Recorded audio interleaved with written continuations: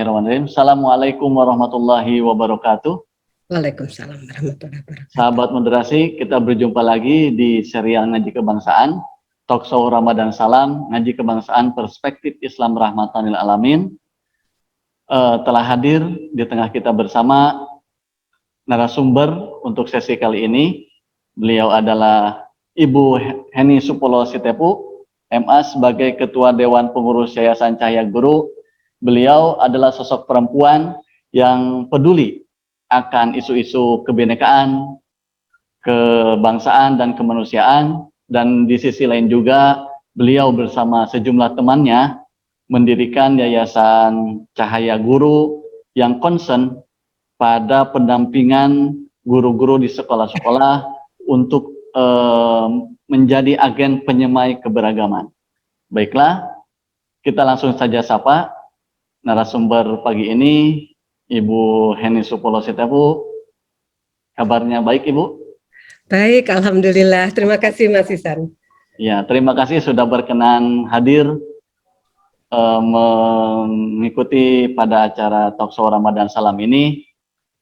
Baiklah, Ibu, di beberapa kesempatan, baik itu di media massa ataupun di media televisi, Ibu sering menyinggung tentang Undang-Undang Sisdiknas Pasal 4 Ayat 1 tahun 2003 terkait penyelenggaraan pendidikan di Indonesia, yang mana salah satu bunyinya itu dalam undang-undang tersebut, pendidikan didirikan secara demokratis, berkeadilan, kemudian tidak diskriminatif, menjunjung tinggi hak asasi manusia, dan nilai-nilai keagamaan, dan yang lainnya, gitu. Di berbagai kesempatan, Ibu selalu menyinggung undang-undang tersebut. Sebenarnya sih, apa yang Ibu rasakan, ataupun kegelisahan apa yang Ibu rasakan terkait undang-undang tersebut, Ibu? Yang pertama-tama begini, dalam pasal 4 ayat 1, yang sebetulnya judulnya adalah prinsip penyelenggaraan pendidikan, semua kata kunci yang ada di sana adalah kata kunci yang sangat penting untuk menjamin pendidikan menitik beratkan pada kemanusiaan dan pada kemerdekaan kita bersama.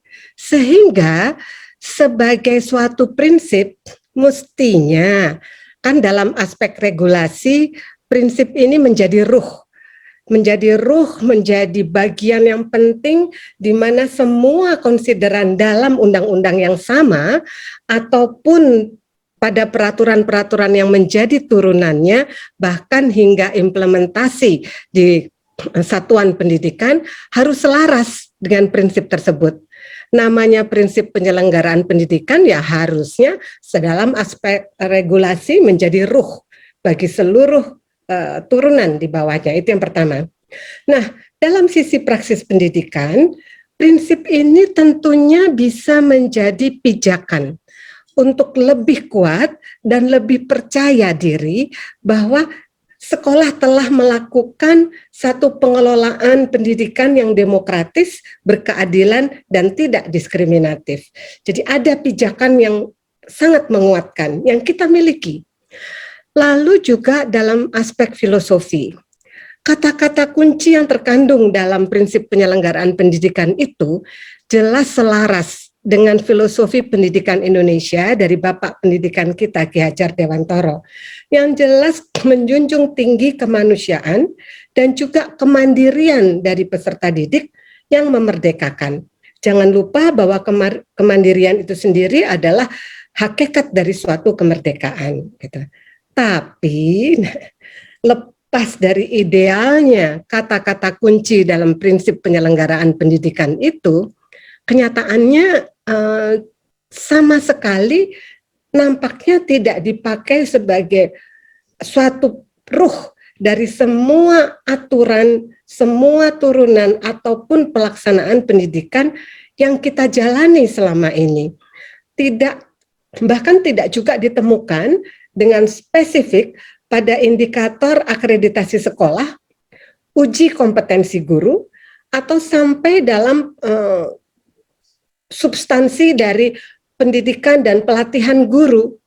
Padahal kita tahu sekarang dan beberapa tahun terakhir, sebagian dari tantangan keragaman kebangsaan dan kemanusiaan kita yang kita hadapi saat ini sebetulnya bisa diimbangi saat seorang guru atau seluruh pemangku kepentingan dalam dunia pendidikan mengetahui, memahami, dan bahkan menghayati setiap kata kunci yang terkandung dalam pasal tersebut. Jadi semua ini baik dalam aspek regulasi maupun praksisnya maupun filosofi dan kemudian semua hal dalam dunia pendidikan seharusnya bisa mengacu pada prinsip penyelenggaraan pendidikan yang kita miliki, yang kata-katanya atau pilihan diksinya sangat jelas itu. Iya. Berarti dalam hal ini tidak ada discontinue ya Bu dari undang-undang tersebut terhadap kepada aturan-aturan di bawahnya, seperti aturan-aturan di dinas pendidikan, kemudian turunannya ke sekolah, ke madrasah, kemudian terimplementasikan terhadap guru. Berarti ada discontinue atau tidak ada sinergisitas antara aturan dengan implementasi di lapangan. Begini, nampaknya masalahnya tidak sesederhana itu. Nampaknya ada kemungkinan bahwa kehadiran pasal itu pun sebetulnya tidak terlalu diketahui. Jadi bukan sekedar tidak dipahami apalagi dihayati, tahu pun enggak bahwa ada prinsip yang mengikat seluruh penyelenggara pendidikan di Indonesia ini. Kalau discontinue kan seakan-akan memang sebetulnya tahu, tapi lalu sama ini tahu pun enggak gitu. Jadi memang ada sesuatu yang hilang di sana yang seharusnya sekarang kita kembali lagi dan melihat berdasarkan pengetahuan ini kira-kira apa yang perlu dibenahi, apa yang perlu diimbangi, dan apa yang jangan-jangan perlu diganti gitu, agar bisa selaras. Apalagi Mas Ihsan, kita tahu bahwa sebetulnya guru-guru tuh punya keleluasaan untuk menerapkan semua prinsip itu dalam setiap kesempatan perjumpaannya atau interaksinya dengan seluruh peserta didik. Jadi sayang sekali kalau hal yang sangat baik ini tidak diketahui. Oh iya. Berarti ini pun menjadi concern dari Yayasan Cahaya Guru ya Bu? Ya, kami hadiah Cahaya Guru untuk masyarakat pendidikan di hari ulang tahun Hari Guru tahun lalu, tahun 2020 adalah ini. Oh iya. Ini hadiah kami. Kami ada e-booknya yang bisa kami kirim, yaitu penyelenggaraan pendidikan dari prinsip ke praktik, panduannya, dan kertas posisi kami. Bagaimana prinsip ini menurut kami sangat penting dan kita semua perlu melihat kembali apa yang sekarang ini kita lakukan dan berefleksi terhadap itu. Saya bisa kirimkan nanti ke Mas Ihsan untuk mungkin menambah narasi sebelum sesudah dari wawancara ini. Ya, baik Ibu, terima kasih. Sama-sama. Kemudian kita sebagaimana yang kita ketahui bersama bahwasanya kita hidup di Indonesia yang sangat beragam sekali. Beragam agama, kepercayaan, budaya, kemudian bahasa, sehingga masyarakatnya pun yang ada di Indonesia bersifat heterogen. Dalam hal ini concern terhadap heterogen kepercayaan. Nah, dalam hal ini bagaimana Ibu dengan tim yang ada di Yayasan Cahaya Guru membangun hubungan sosial keagamaan yang harmonis di tengah masyarakat yang multikultural? Ini menarik sekali sebetulnya, Mas Ihsan. Kami memang fokus pada akhirnya di tahun 2010 untuk menyelenggarakan semua kegiatan dengan payung keragaman, kebangsaan, dan kemanusiaan, secara khusus keragaman dalam agama atau kepercayaan. Mengapa demikian? Karena justru pada saat kita membicarakan ini, ada kegagapan. Kami bertemu dengan guru-guru dari mulai 2006 sampai 2010 yang memiliki isu dalam kebinekaan khususnya dalam keagamaan, tapi semuanya tidak berani untuk menyatakan dengan terbuka. Nah, karena teman-teman guru tidak berani menyatakan dengan terbuka, maka kami kemudian berniat untuk menemani guru-guru dalam isu ini. Nah, untuk membangun hubungan sosial keagamaan yang harmonis, sebetulnya bagian yang sangat menyenangkan dalam dunia pendidikan ini kan kita punya banyak sekali pepatah yang mencerminkan kearifan kita sendiri. Tak kenal maka tak sayang itu benar loh. Karena tidak kenal, maka seringkali ada kecurigaan yang sebetulnya bukan didasari dari pengalaman kita, tetapi sesuatu yang diwariskan pada kita. Sehingga penting sekali untuk memiliki ruang-ruang perjumpaan. Kalau kita ingin membangun hubungan sosial keagamaan, maka ruang perjumpaan ini haruslah diciptakan. Tidak ada jalan lain.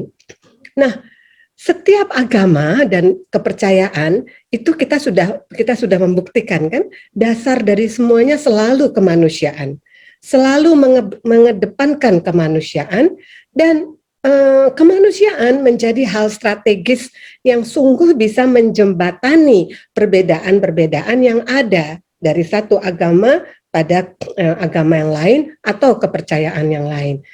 Kita juga mengenal apa yang disebut kaidah emas, bukan?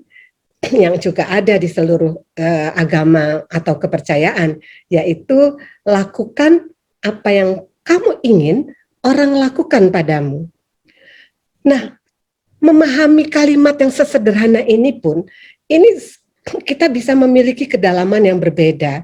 Dan yang menyenangkan adalah ini bisa kita ajarkan sejak para peserta didik masih sangat muda. Para orang tua bisa mengajarkan ini pada anak-anaknya, kerjakan apa yang kamu ingin orang kerjakan padamu. Dan ini bisa terus berlanjut berkenaan atau berkaitan dengan kedalaman pikiran kita.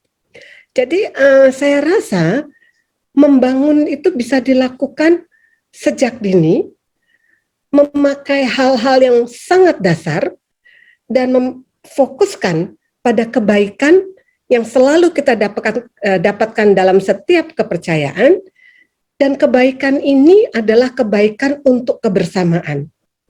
Jadi beberapa kata-kata kunci di sana saya rasa adalah kata-kata kunci yang penting untuk dilihat ketika kita ingin membangun hubungan sosial keagamaan yang harmonis.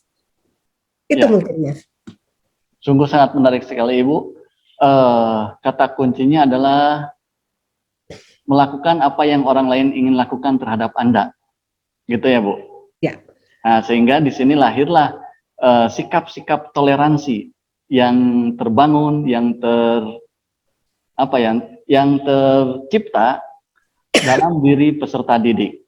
Gitu. Namun realita di lapangan ternyata, Ibu, banyak sekali kasus-kasus intoleran yang malah terjadi di lingkungan pendidikan, misalnya terkait dengan anggapan bahwasanya ketua OSIS harusnya berasal dari kalangan beragama yang mayoritas. Kemudian pemimpin harus yang seagama, memilih teman yang seagama ataupun satu etnis. Nah, sepertinya kearifan lokal dalam hal yang tadi disampaikan oleh Ibu terkait apa yang harus dilakukan, apa yang ingin dilakukan oleh orang lain terhadap Anda, belum terlalu dihayati, bahkan diimplementasikan oleh khususnya guru ketika mengajarkan kepada peserta didiknya. Dalam menanggapi hal tersebut, bagaimana langkah-langkah yang dilakukan Ibu kemudian bersama Yayasan Cahaya Guru untuk mengurangi sikap-sikap intoleran yang ada di lingkungan sekolah agar tidak terjadi lagi, Ibu? Ini kembali lagi, kalau kita mau jujur, sebetulnya kan asalnya bukan dari para peserta didik ya. Ini semua sesuatu yang nampaknya diwariskan atau diajarkan pada peserta didik. Karena anak-anak itu kan pada dasarnya senang bermain kan. Ya. Anak-anak yang bermain itu kan tidak mengotak-ngotakan gitu. Nah, jadi ini satu hal yang juga kita akan bicara nanti mengenai peran 3 pusat pendidikan, yaitu alam keluarga, alam perguruan, dan alam pergerakan. Nah, kalau kita bicara mengenai apa yang terjadi, yang terbuka pada saat Pilkada DKI dan Pilpres kemarin ini, sebetulnya kan ini contoh yang buruk untuk anak-anak kita. Karena di sanalah sebetulnya agama dipakai sebagai kendaraan untuk pemenangan. Nah, politisasi agama ini masuk di lembaga pendidikan. Dan mungkin itu sudah ada sebelumnya, tapi pada saat Pilkada dan Pilpres ini terbuka gitu, tanpa malu-malu lagi. Meskipun di satu sisi kita harus berterima kasih pada anak-anak muda, OSIS dari sekolah-sekolah yang kemudian membentuk dirinya untuk menyatakan bahwa plural is me. Itu juga ada karena Pilkada DKI ini. Di sana kita belajar bahwa ternyata langkah yang bisa dilakukan untuk mengurangi sikap intoleran bukan hanya berasal dari orang dewasa, tapi sebaliknya bisa berasal dari anak-anak muda, para peserta didik. Kalau kita memberi kesempatan mereka untuk berperan dan mau mendengarkan mereka. Jadi dalam hal ini pertanyaannya bukan apa yang bisa dilakukan oleh lembaga pendidikan atau orang-orang dewasa, tapi bagaimana kita semua bersama-sama saling belajar dari kesalahan yang ada dan mencari jalan keluarnya. Nah, kita tidak bisa memungkiri bahwa juga orang-orang dewasa yang berada di sekitar peserta didik membentuk anak-anak untuk para peserta didik itu untuk memilih ketua OSIS-nya dari teman-teman yang seagama. Kalau itu terjadi, maka sebetulnya kita bisa tarik kembali pada pelanggaran terhadap prinsip penyelenggaraan pendidikan.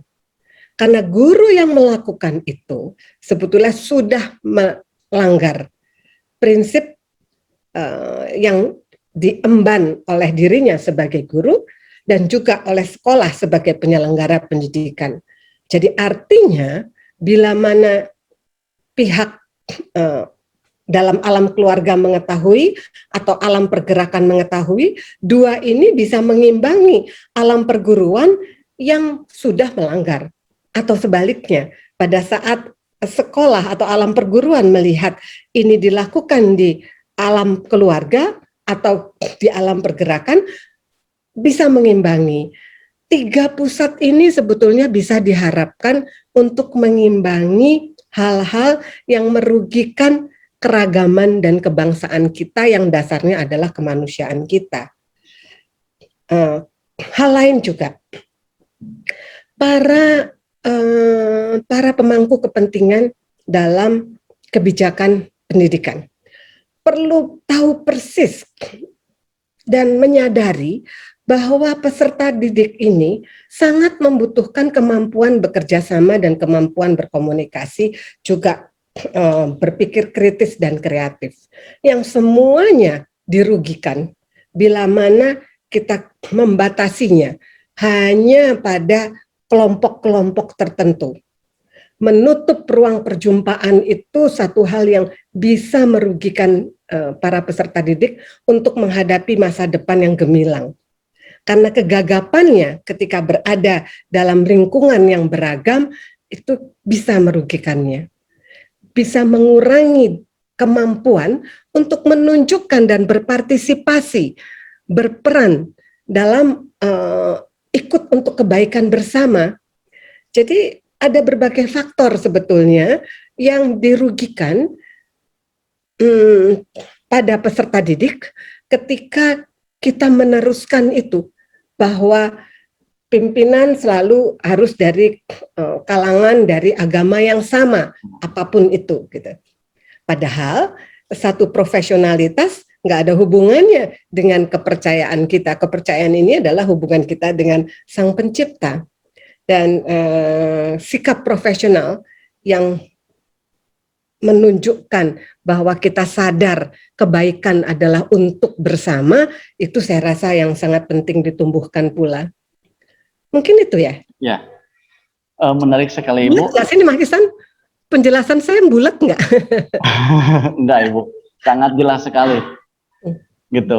Ada kasus kemarin itu ketika seorang mahasiswi yang rela menggunakan jilbab, menggunakan hijab, kerudung, padahal status dia memiliki kepercayaan ataupun agama yang berbeda, bukan muslim gitu, non muslim, tapi karena dia masuk ke salah satu lembaga perguruan tinggi yang mewajibkan menggunakan hijab, menggunakan kerudung, maka dia pun dengan sukarelanya dari semester 1 sampai dia lulus menggunakan kerudung. Gitu. Bagaimana Ibu menanggapi hal tersebut?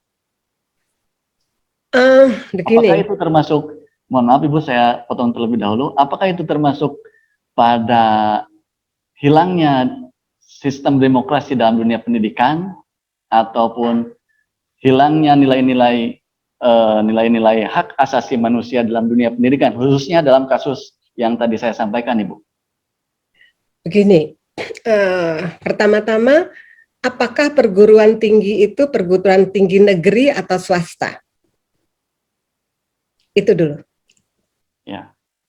Lalu yang kedua, apakah kalau itu perguruan tinggi negeri, jurusan yang diambilnya menyangkut agama yang memang memiliki, misalnya jurusan itu memiliki satu tata tertib bahwa semua yang berada di jurusan situ perlu menggunakan jilbab misalnya. Jadi harus jelas betul, karena pemilihan terhadap apa yang kita kenakan sebaiknya berasal dari diri kita sendiri.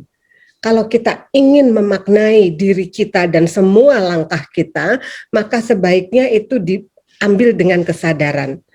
Nah, kalau hanya untuk supaya diterima lingkungan, maka sebetulnya sayang sekali. Karena lingkungan apa sebetulnya yang sampai membuat seseorang harus kelihatan sama dengan lainnya, gitu.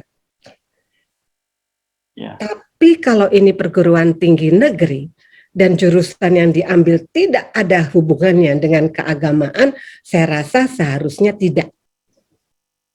Perguruan tinggi negeri sama seperti sekolah negeri, sekolah umum negeri, tidak boleh, saya rasa tidak boleh untuk mewajibkan siapapun mengenakan baju yang merupakan atribut dari keagamaan, karena bahkan untuk mereka yang beragama atau memiliki kepercayaan berbeda, untuk yang beragama sama tapi menafsirkan semua perintah secara berbeda, juga saya rasa perlu dibuka kemungkinannya, gitu. Jadi ada beberapa faktor yang saya kira harus dilihat ketika kita mengatakan setuju atau tidak setuju. Yang penting ketika kita bicara kemerdekaan, kemandirian itu adalah bagian yang sangat inti dari kemerdekaan. Dan menumbuh kembangkan kemandirian pada seseorang sangat penting dilakukan sejak dini. Nah, ini kembali pada OSIS tadi. Sebetulnya yang akan menyenangkan adalah bila semua siswa itu bersepakat dulu untuk memberikan kriteria. Kriteria pemimpin OSIS yang mereka inginkan seperti apa sih? Ketua seperti apa sih? Gitu. Dari kesepakatan itu kemudian dilihat calon-calonnya memenuhi itu enggak? Gitu. Dan kesepakatan itu saya kira akan sangat bisa menunjukkan seberapa jauh keberhasilan pendidikan di dalamnya. Ya, ya Ibu. Tapi terkadang mungkin ada beberapa kasus ketika pengurus OSIS-nya sudah membuat list persyaratan untuk calon ketua OSIS-nya, misalnya sesuai kemampuan, integritas, tanpa memandang agama satupun, tapi ternyata ketika sudah selesai pemilihan, ada sebuah pencekalan, baik itu dari pihak sekolah ataupun dari oknum gurunya, gitu. Enaknya sekarang kan ada medsos. Di situ waktunya kita menggunakan medsos. Ya. Karena sebetulnya kadang-kadang memang dibutuhkan perhatian luar. Di sini sebetulnya alam pergerakan itu ikut mengimbangi. Kalau alam perguruan macet dan alam keluarga tidak berani bersikap, setidak-tidaknya masih ada alam pergerakan yang bisa digunakan untuk mengimbangi ketimpangan ini. Nah, para peserta didik sekarang sudah tahu bahwa mereka memiliki alat yang lebih bisa menjamin hak mereka untuk menyatakan pendapat. Jadi itulah gunanya medsos secara positif. Pendapat yang dinyatakan dan jelas mengapa pendapat tersebut dinyatakan, alasannya, dan apa yang terjadi yang diperlihatkan. Sehingga antara fakta dengan pemikiran di balik fakta tersebut dan kemudian jalan keluar yang mereka tawarkan, semua ini menyatu sebagai bagian yang akan menyiapkan peserta didik ini untuk masa depannya. Saya rasa itu Ya, terjadi pencekalan lagi. tadi saya sempat mendengar tentang atribut, Ibu, keseragaman atribut. Ya. Pada bulan Februari kemarin 2021, pemerintah melalui SKB 3 Menteri, Mendagri, Menteri Agama, kemudian Menteri Pendidikan dan Kebudayaan mengeluarkan aturan terkait pakaian seragam dan atribut peserta didik, pendidik, dan tenaga kependidikan di lingkungan sekolah negeri. Gitu. Dalam hal ini, saya menggarisbawahi aturan ini mengikat terhadap sekolah-sekolah di bawah pemerintah, dalam hal ini sekolah negeri. Apakah dalam nomenklatur yang digunakan tersebut mengindikasikan bahwasanya kasus-kasus intoleransi masih didominasi oleh sekolah-sekolah negeri, Ibu? Begini, saya sih menerjemahkannya gitu, atau saya mengartikan dari SKB 3 Menteri ini justru karena adanya kebutuhan untuk mengembalikan sekolah negeri pada sekolah negeri umum ya, bukan sekolah negeri agama. Sekolah negeri umum pada apa yang bisa dilakukannya dengan baik, yaitu menjadi penyemai keragaman yang utama sebagai sekolah negeri. Gitu. Nah, kalau pertanyaannya tadi adalah apakah pelanggaran didominasi oleh sekolah negeri, saya tidak tahu apakah sudah ada penelitian yang membandingkan antara sekolah swasta dan sekolah negeri dan apa yang disebut pelanggaran. Karena penting kan untuk melihat apa yang disebut sebagai pelanggaran. Sekolah swasta tentu memiliki satu perangkat peraturan yang berbeda dari sekolah negeri. Kita tahu itu. Sekolah swasta berdasarkan agama banyak sekali dan semua yang masuk ke sana tentu punya pilihan kan untuk kalau mau ikut ya join, kalau enggak ya masuk sekolah lain. Kalau sekolah negeri kan enggak. Sekolah negeri kan harusnya bukan hanya untuk agama tertentu kan. Sekolah negeri umum itu adalah untuk semuanya. Nah, SKB 3 Menteri ini sebetulnya memiliki kekuatan dalam dua hal. Menurut kami ya dari Cahaya Guru. Yang pertama jelas ini mengembalikan semua penyelenggara pendidikan pada prinsip penyelenggara pendidikan itu tadi. Semua kata kunci yang di sana perlu dilaksanakan dan dapat terlaksana bila mana SKB 3 Menteri itu dilakukan dengan konsekuen.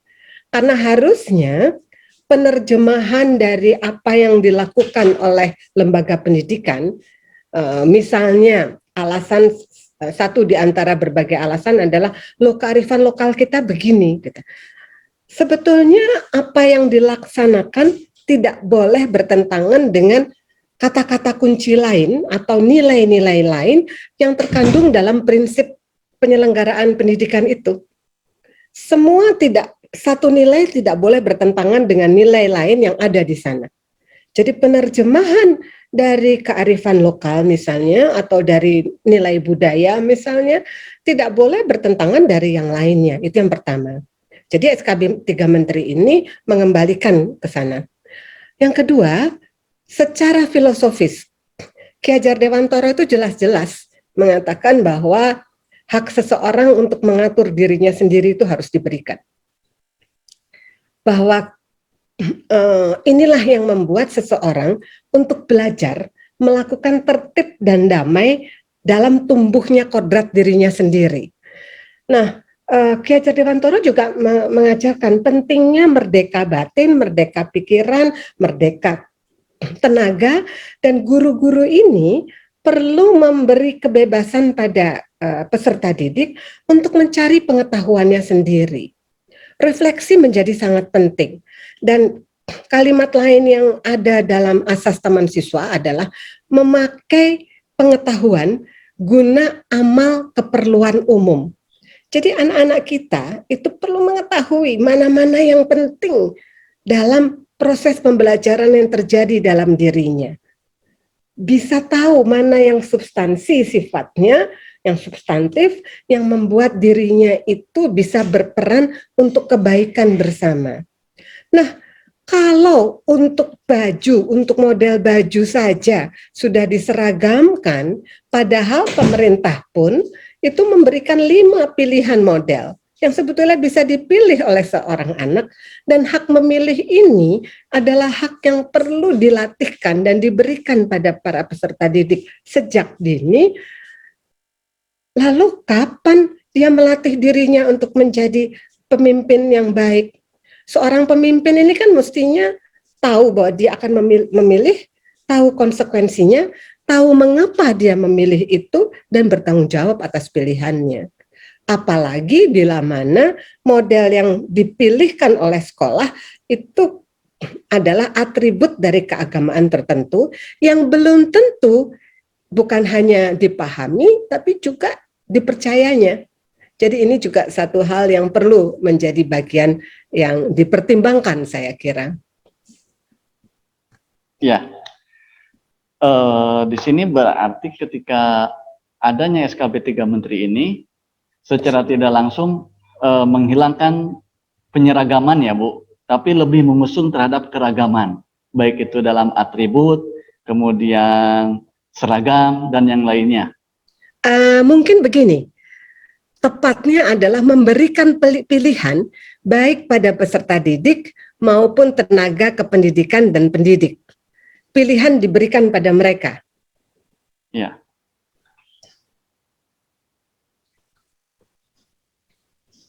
Lanjut kepada pertanyaan selanjutnya, Ibu. Beberapa bulan yang lalu sempat terjadi polemik tentang hilangnya frasa agama dalam visi pendidikan nasional yang dikeluarkan oleh Kemendikbud pada beberapa bulan yang lalu.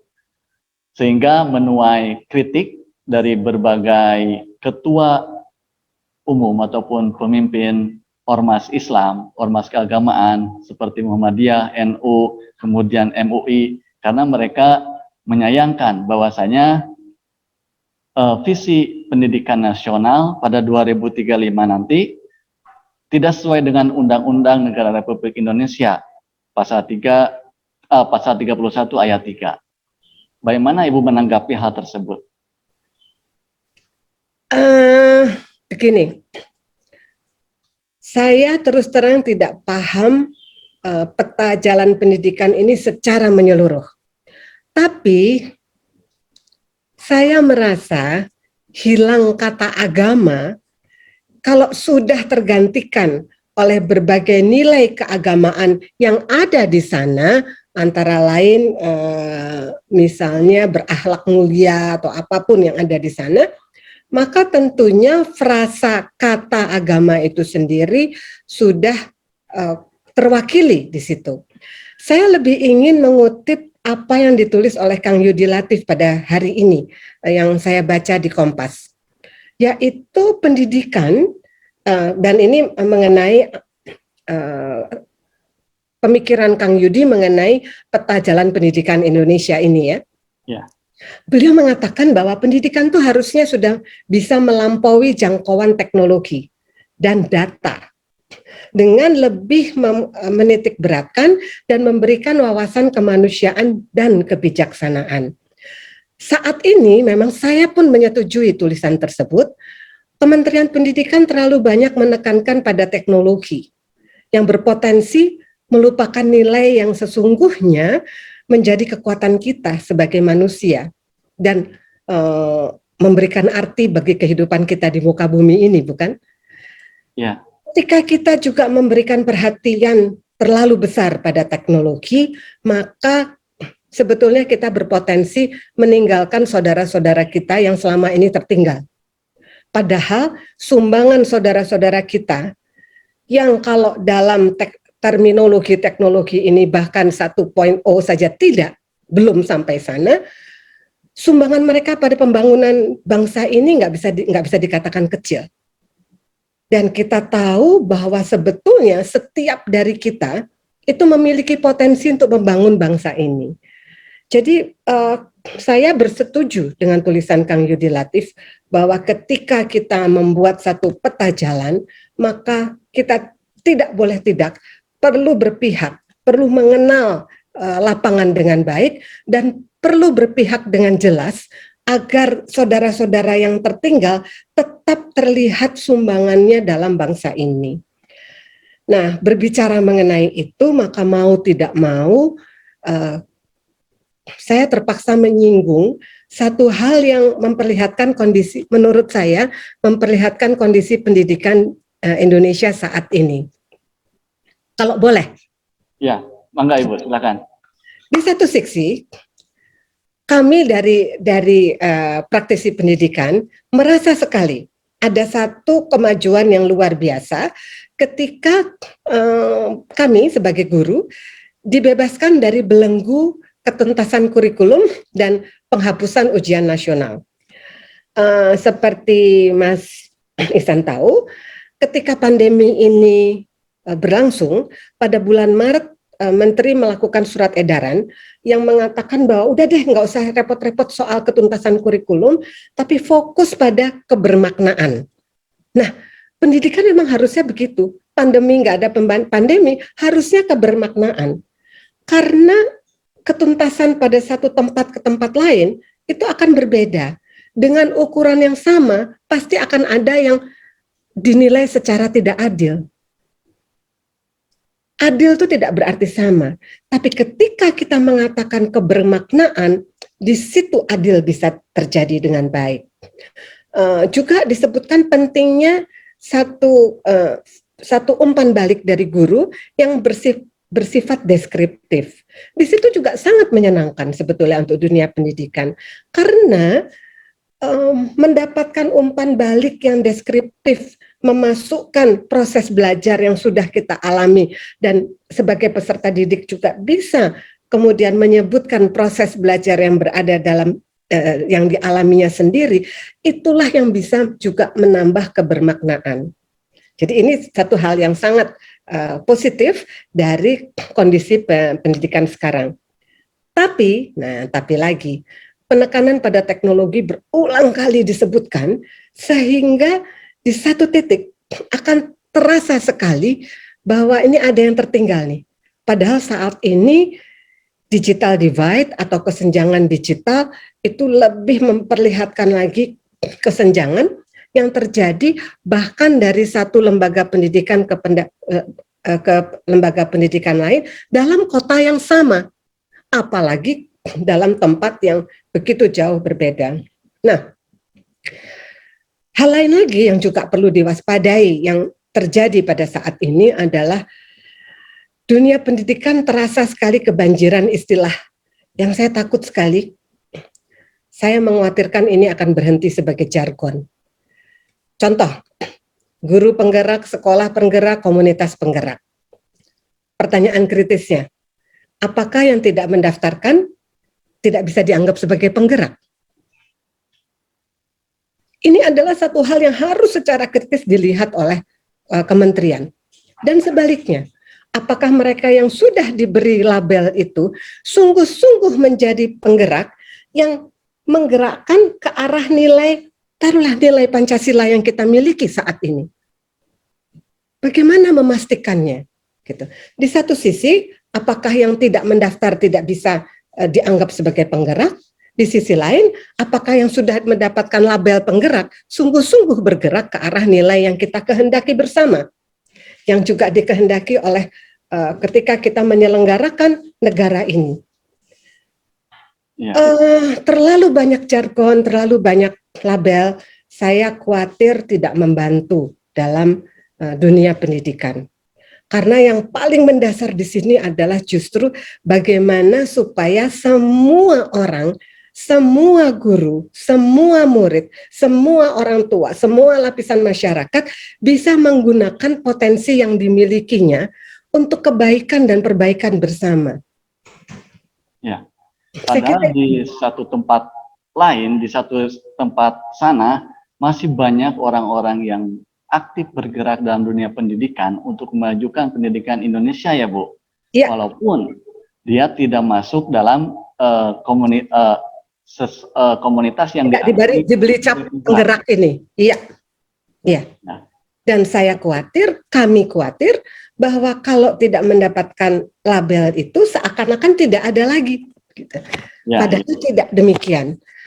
Artinya juga kurangnya sebetulnya kemampuan komunikasi publik yang jelas dan menggunakan diksi sederhana yang merangkul semuanya sehingga tidak ada yang ketinggalan. Pemilihan diksi bisa membuat orang merasa tertinggal, sangat bisa.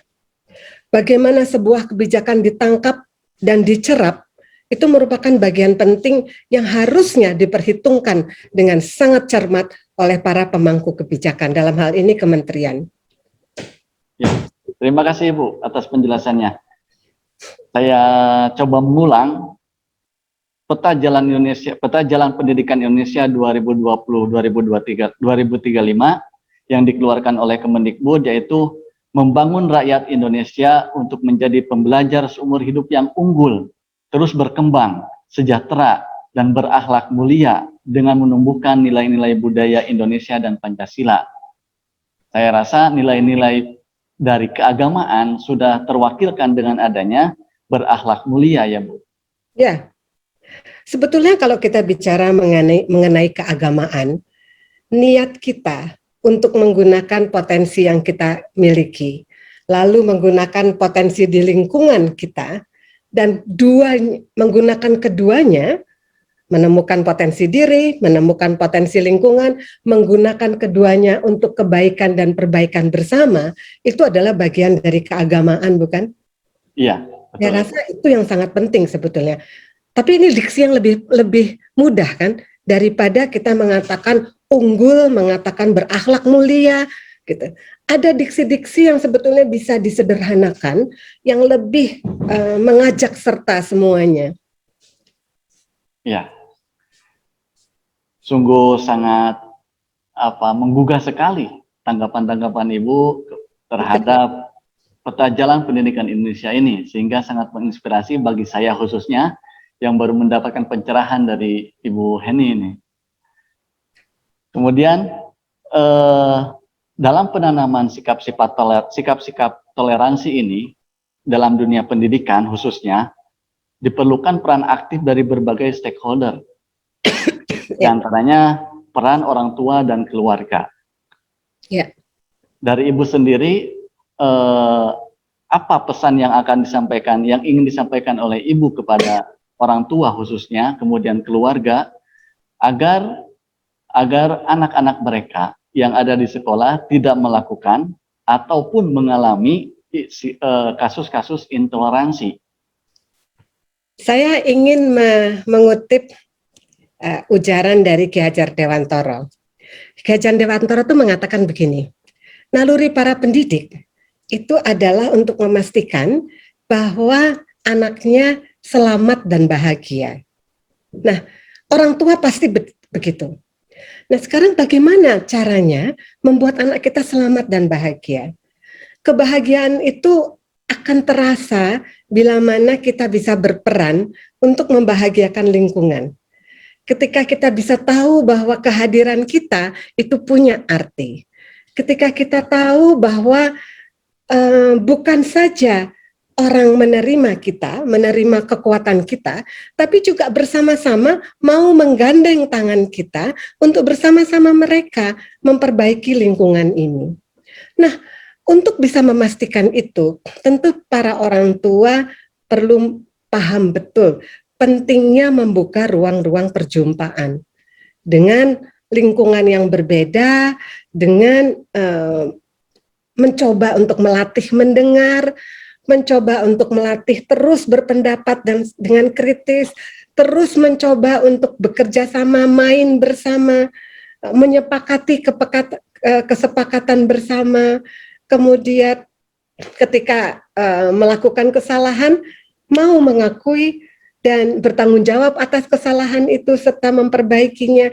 Banyak hal-hal yang sebetulnya berasal dari keseharian. Keseharian di mana orang tua memberi kesempatan pada setiap anaknya untuk mengenali dirinya sendiri, lalu menerima dirinya sendiri, lalu mengetahui kekuatan dirinya, lalu mencoba melihat di mana dirinya bisa berperan. Sesederhana membersihkan ruangan, menaruh sampah. Sesederhana membantu melipat selimut ketika bangun. Hal-hal yang sebetulnya berasal ketika anak membuka matanya pagi hari sampai menutup kembali matanya ketika malam tidur. Memahami dalam sehari apa saja yang sudah dilakukannya, kebaikan yang diterimanya, kebaikan yang dilakukannya, semua hal itu bisa dilakukan sejak dini sebetulnya. Jadi membuka ruang perjumpaan, membuka peluang bagi anak untuk menyatakan bahwa dirinya bisa berperan dalam kebaikan, kemudian menerima diri, karena menerima diri itu sangat penting dan sangat ditentukan oleh bagaimana orang tua juga menerima diri anaknya, yang disebut oleh Ki Hajar sebagai menerima kodrat, karena setiap anak tentu berlainan meski dari orang tua yang sama, bahkan anak yang kembar sekalipun. Itu mungkin kira-kira kalau kita bicara sebagai orang tua. Juga orang tua perlu memahami bahwa peran dalam 3 pusat pendidikan ini sangat besar. Jadi bila mana melihat ada yang perlu diambangi dalam alam perguruan atau dalam alam pergerakan yang dialami oleh anaknya, maka orang tua perlu mengimbangi dengan segera dan juga dengan strategis. Mungkin dengan melibatkan bagian dari alam perguruan dan bagian dari alam pergerakan ini. Itu mungkin yang bisa dilakukan. Tentunya bukan hanya peran aktif dari orang tua ataupun keluarga ya Bu. Di sana ada stakeholder lain yang sekiranya dapat membantu secara simultan, kerjasama yang simultan untuk membangun kesadaran kolektif terhadap toleransi beragama ataupun kesadaran akan keragaman ini. Di antaranya ada peran pemerintah, organisasi masyarakat sipil, terutama ulama. Nah, dalam hal ini bagaimana strategi pembagian kerja yang harus dilakukan oleh stakeholder tersebut ya Bu, terhadap membangun pendidikan toleransi dan keberagaman? Saya kok tidak melihat 3 pusat pendidikan ini, karena tadi yang disebut Mas Ihsan sebagai pemerintah atau sebagai sekolah atau sebagai ormas, itu semua adalah bagian dari alam perguruan, bila mana itu menjadi bagian dari keguruan anak kita, dan alam pergerakan bila mana itu menjadi bagian dari pergerakan anak kita. Nah, saya tidak melihat 3 pusat ini memiliki satu pembagian peran yang khusus, enggak, tapi 3 pusat pendidikan ini merupakan 3 pusat yang sama-sama menentukan bagi perkembangan nilai yang ditumbuhkan pada seorang anak. Ingat bahwa contoh itu sangat penting kalau kita bicara mengenai nilai. Sampai kalau bahasa Jawanya meniren ya, sampai meniren kita itu atau sampai capek kita mengatakan bahwa hargailah sesamamu, tetapi kita mencontohkan bahwa ketika kita bicara dengan orang-orang yang kita anggap berada di bawah struktur kita, kita menghardiknya, maka anak-anak akan menangkap sebagai enggak ada kesetaraan itu. Atau ketika kita mengatakan bahwa hargailah semua kepercayaan atau agama atau etnis apapun itu, tetapi dalam menyatakan lelucon, kita memakai itu sebagai target lelucon kita, maka anak akan melihat enggak dihargain, orang itu bagian dari lelucon. Atau ketika kita mengatakan bahwa hargai perempuan dan laki, melihat kesetaraan gender, tapi kita dengan tenang misalnya berada dalam satu forum di mana semua laki yang bicara, ketika bicara masa depan, tapi semua laki, dan biasa saja melihat itu. Ketika kita di sekolah juga memberi kesempatan pada satu jenis saja dan yang lainnya tertinggal, maka sebetulnya kita tidak sedang mendidik anak kita atau peserta didik kita untuk memahami apa yang disebut sebagai kesetaraan. Jadi contoh itu penting. Dan bahkan contoh yang negatif pun bisa diubah oleh seorang guru atau orang tua menjadi bagian dari pembelajaran anak. Misalnya, kita melihat ada forum untuk membicarakan pendidikan masa depan, tapi pembicaranya laki semua. Lalu kita tanyakan pada peserta didik, kira-kira kita melihat ini dan lihat judulnya, kira-kira apa yang ada dalam benakmu?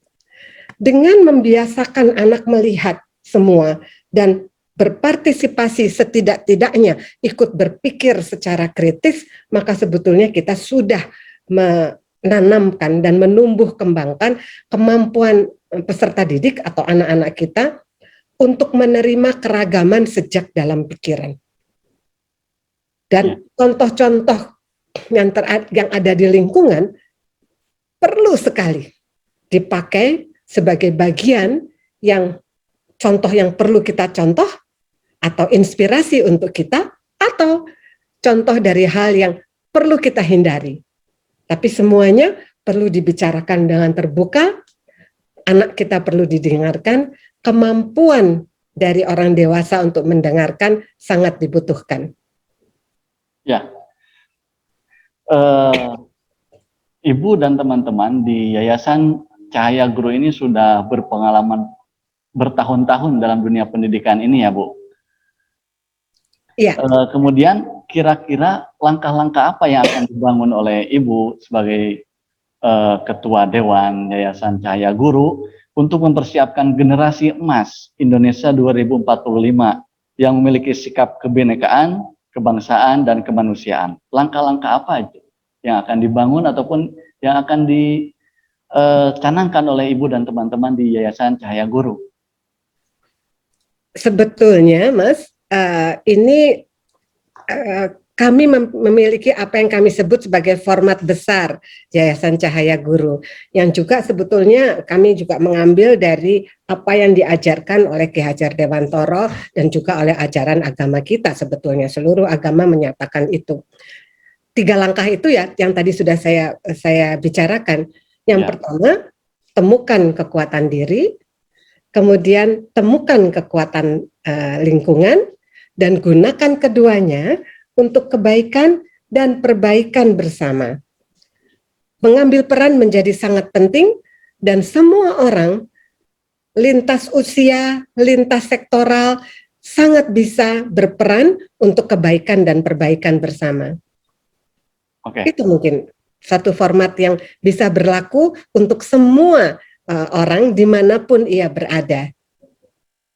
Ya, terima kasih Ibu atas penjelasan dan pencerahan yang sangat memudahkan. Terima kasih Mas Iksan untuk kesempatannya. Dunia pendidikan yang ada di Indonesia terlihat dari puluhan tahun Ibu bergerak aktif dalam dunia pendidikan, baik dalam lembaga yang formal ataupun tidak formal. Dalam hal ini Yayasan Cahaya Guru mengindikasikan bahwasanya Ibu termasuk penggerak guru penggerak, sekolah penggerak, komunitas penggerak, gitu Ibu.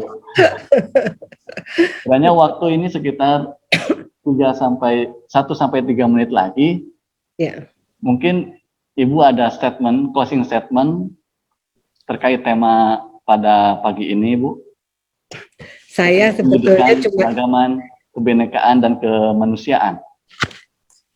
Sebetulnya ada satu hal yang saya ingin ambil dari Ki Hajar Dewantoro lagi. sangat menarik ketika beliau mengatakan bahwa setelah berusaha, percayalah bahwa semua yang hal baik itu akan baik. Gitu. Tapi yang beliau mengatakan begini, pengatur hidup tanpa ada yang kedua, gitu, memegang seluruh pimpinan untuk selamanya dalam tangannya, tidak untuk kepentingan diri, tapi karena cinta kasih terhadap kita, makhluknya, dan untuk ketertiban seluruh hidup.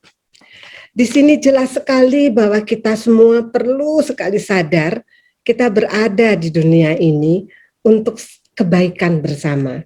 Dan saya rasa pada saat-saat di mana kita galau atau pada saat kita merasa tertinggal, gitu, kita perlu meyakinkan diri sendiri bahwa ternyata cinta kasihnya itu berada bersama kita dan menguatkan kita untuk membuat kebaikan apapun itu, dimanapun kita berada.